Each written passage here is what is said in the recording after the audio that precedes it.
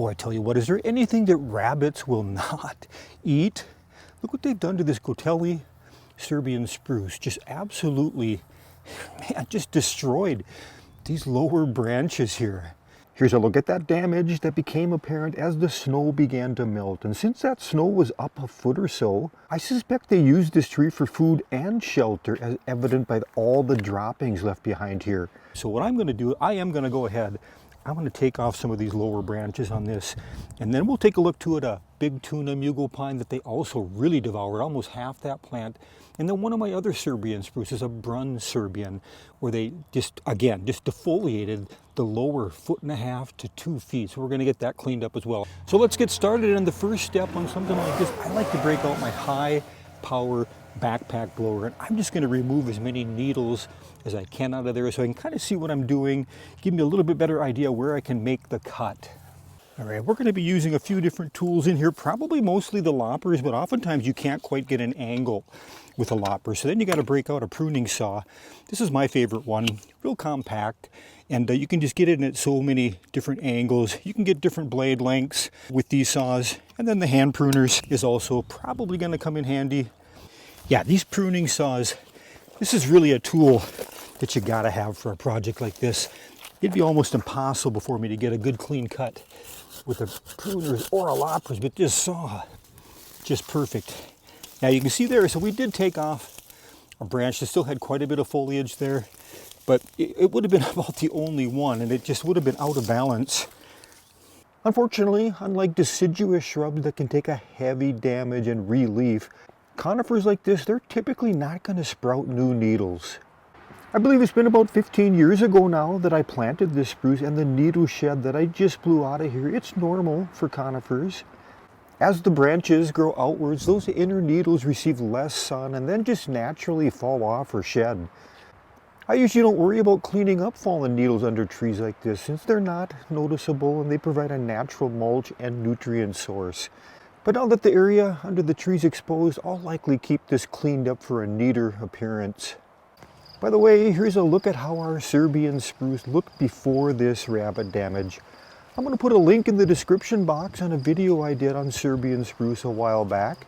It takes a closer look at this tree pre-damage, as well as a couple other Serbian spruce trees. All right, let's take a step back, take a look, see how it looks.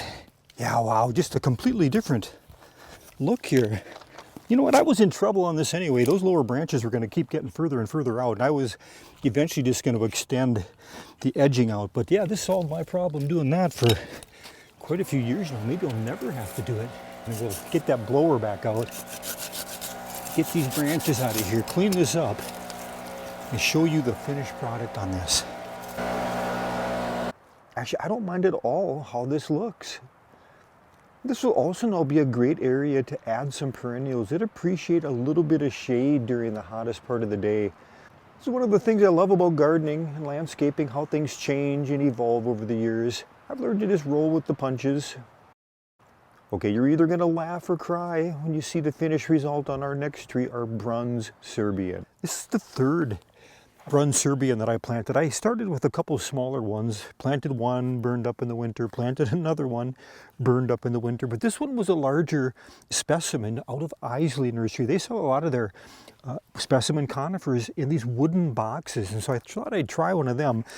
It's the same process here. We'll clean out those needles so we can see what we're doing, and then prune off those damaged branches. This is going to be the quickest one out of the three we'll be looking at today. Yeah, I can tell already that I'm not going to like how this looks when we're done. I loved how this fit in here with those healthy lower branches draping across the ground. It was the perfect tree for this narrow bed out on this point. But now that those branches, they've been ruined, this is really a character change here. Boy, I tell you what, this is my Dr. Seuss tree now, that's for sure. Check out this Brun Serbian. I spotted this growing at an arboretum I was visiting. Yeah, it looks like mine's also getting this crook at the top, so it'll be fun to see how this develops. Maybe we'll have the same look in a few years. And now with those branches pruned off, that naked bottom, I think I'm going to end up widening this bed, add a few perennials in this area too. Maybe I'm just not used to it yet, how this looks out on this point. But like I said, we'll roll with the punches since we really didn't have much of a choice in the matter. Let's go ahead and let's work our way over to the third conifer we're going to look at doing some corrective pruning on, the big Tuna Mug Pine. I liked how it looked when it was all the way to the ground. It was kind of a shrub form conifer, but now that it's a tree form, or gonna be a tree form under a tree, it just isn't the look that I'm after. I'm not gonna get the time to dig this out of here this spring. Might do it this fall. This Mugo, it's small enough yet that it should pop out of here pretty easy if I decide to move it. Once we get this pruned up, I'm gonna give it a few months in this location, see if I like the new look. You have to be a little bit careful. Sometimes even though that's a main lower branch, a lot of the growth is higher up on those. So we'll just prune off some of the side branches. The Mugo pines are commonly trained as small trees like the examples I'm showing you here. So it's not all completely lost in this matter. One of the things you can do to avoid damage like this that we're working on today is surround your plants with hardware cloth. This example here shows what we've done on an arborvitae that we're protecting. I have to admit, this took me by surprise as to how much the rabbits went after these different pines this last winter. Yeah, they're cute, all right, I'll give them that, but I sure wish they would stay in those grass areas. And we've put the finishing touches on this area as well, using that blower to remove the remaining needles in there. That's all I've got for now. Thanks for stopping by Garden Hike. We'll see you again next video.